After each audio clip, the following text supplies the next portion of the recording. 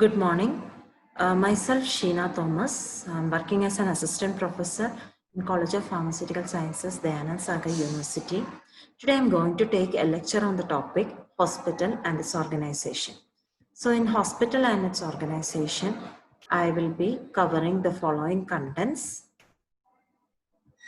So, contents include the definition of hospital, classification of hospitals, the organizational structure of hospital, and the medical staffs who are involved in the proper functioning of hospital, and how these medical staffs are subdivided, and what are the associated medical services associated with the hospitals. First one, definition. A hospital can be considered as a residential establishment which usually provides medical care. It can be either short term or long term, and this medical care is given based upon certain criteria which can be either observational, diagnostic, therapeutic, and rehabilitative services of patients for having any kind of disease, condition, or injury. Or hospital can also be defined as a complex organization or an institute which provides health to the people by means of specific healthcare team members or by means of certain scientific equipments. And these healthcare team members have proper training in modern medical sciences. Then next one, how the hospitals are classified. One classification for hospital is primary, secondary, and tertiary care hospital. Then next one, classification on clinical basis, non-clinical basis based upon the system of medicine, and last one is miscellaneous classification. This miscellaneous classification can be either based upon whether the hospital is accredited or not, or based upon the bed capacity. So first one, based upon the type of care given, we can classify them as primary, secondary, and tertiary care clinic. So what is a primary care clinic? It mainly consists of basic care, which includes simple diagnosis and treatment, which initially occurs in the walk-in clinics. It is the day-to-day healthcare given by the healthcare provider and coordinates or conveys like whether the patient has to go to a specialist for secondary or tertiary care. It is regarded as the gateway so as to receive more specialized care.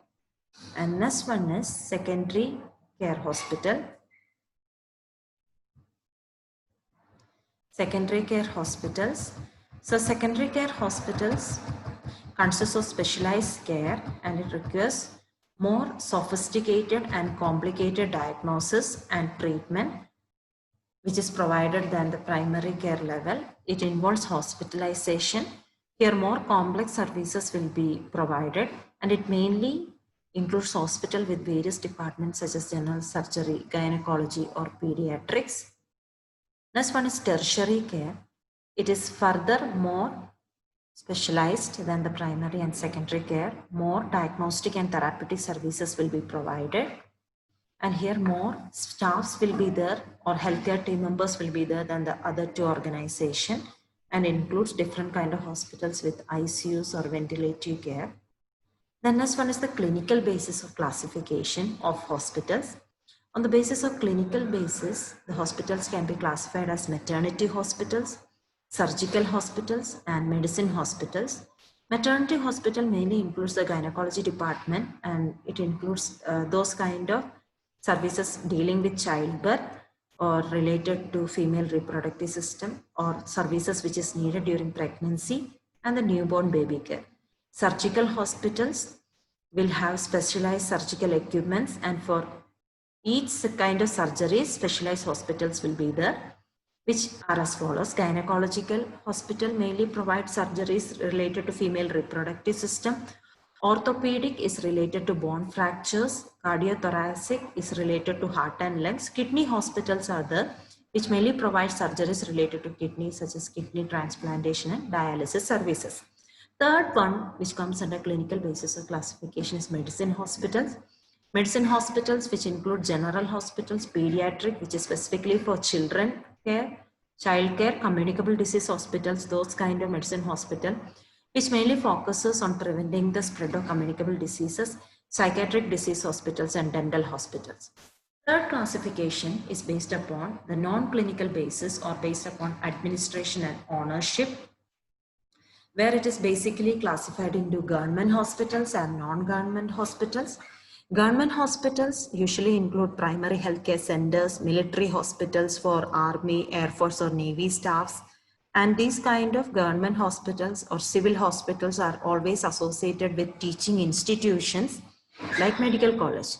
The non-government hospitals are the private hospital which mainly aims to get profit out of their businesses, which like Apollo Hospital, Fortis Hospital, also charitable trust hospitals are also there, which is Christian Missionary Hospital at Vellore, based upon the system of medicine. So different systems of medicines are there, and for each system of medicine, the hospital also varies. That is allopathic system, homeopathic system, Ayurvedic system, and Unani system of medicine. The last one is the miscellaneous basis of classification, where the hospitals are classified whether it is accredited or not, or based upon the bed capacity. This is the organizational structure of a hospital. So the ultimate or the supreme authority who is responsible for running or carrying out the functions of a hospital is the corporation or government, and they will be assigning the duties to the board of trustees or governing council. Under the governing council comes the superintendent or director. Director alone will not be carrying out the function. He will be supported by personal staffs, executive committee or staff, administrative assistants, and public relations officer. And the director will assign their duties to different associate directors. One of the associate director will be the head in charge of head of clinical services. Another will be the in charge for specialized services. One associate director will be the in charge for pharmacy services, and the last one carries out the responsibilities related to administrative activities. Under the head of clinical services comes medicine department, surgery, pathology, clinical labs. Under specialized services comes nursing services, physiotherapy, medico-legal services, dietary services, and central sterile service department. Under pharmacy services comes the manufacturing unit, functions different kind of purchase and distribution of drugs in the hospital, providing information about drugs to the patient, and different kind of therapeutic monitoring services. The last one, but not the least, under the head of administrative services comes the different kind of credit activities, telephone services, and housekeeping. So coming to functioning of hospital, all medical staff should be selected and should carry out their function based upon ethical practices. Medical staffs can be classified as residential medical staff, associate medical staff, consulting medical staff, and honorary medical staff. Residential medical staff are those kind of doctors who should be available in the hospital around the clock or 24 hours to attend the patient and should be actively involved in organizational and administrative duties. Associate medical staffs are same like residential medical staff who are appointed physicians or practitioners in the hospital, and their duties will be almost similar to that of residential medical staff. Honorary medical staff, they are part-time consulting medical staff. They have to come to hospital once or twice in a week, and they will be retired physicians who will be having their own individual clinic outside. And consulting medical staff, they also have to come to hospital every day, but specific timing will be given to them. After that specific timing, they can leave from the hospital. Then what are the subdivisions of medical staffs? Medical staffs, the four types at the residential, associate, consulting, and honorary should be selected and appointed for each department of the hospital. So in a hospital, all departments can be divided into medicine division and surgery division. Under medicine division comes the following departments: general medicine, cardiology, nephrology, geriatrics, pediatrics. And under surgery division comes general surgery, plastic surgery, dental, and oral surgery. For each kind of department in the medicine or in the surgery division, these four kind of doctors has to be. And what are the other medical services or associated activities which the medical staff has to perform? The primary function of the medical staff is diagnosis and treatment of disease. Apart from that, they should be actively involved in the activity of lab and clinical biochemistry services so as to detect different kind of pathogens related to infections and all. They should be actively involved in radiology department. Radiology department mainly consists of physician, who is also known as radiologist or radiotherapist. Next one is blood bank. It's a supportive kind of medical service which mainly processes and supplies blood and its different blood. Anesthesia service. Anesthesia is usually done by a trained doctor known as anesthetist. So they can either give general or local anesthesia. So these all will come under the associated medical service of the medical staff. And who all are the paramedical staffs who are involved in the functioning of hospital, which includes nursing service, dietary service, medical record service, and central sterile service department. So in the nursing service, they mainly focuses on health promotion, care and the prevention of the disease, disability, different kind of rehabilitation activity, teaching and counseling activities.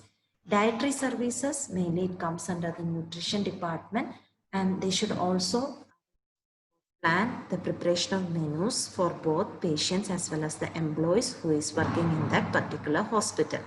Dietitian is also responsible for recording the dietary history of the patients, especially those who are having any kind of food allergies. The next kind of paramedical service which is involved in the hospital is medical record service. They should educately involved or actively involved in the maintaining of medical records to the patients. And these kind of records, let it be for inpatients or outpatients, it has to be properly documented and should be readily accessible. It should serve as a basis for the review and to study the care which has been given to the patient. The last kind of supportive paramedical service which has to be there in a hospital is the central sterile service department, which mainly supplies different kind of surgical equipments in a sterile way to the different nursing units of the hospital. So these surgical supplies include sterile linen, sterile kit, needles, and syringes. So these four are considered as the supportive paramedical activities which has to be carried out in a hospital. Thank you.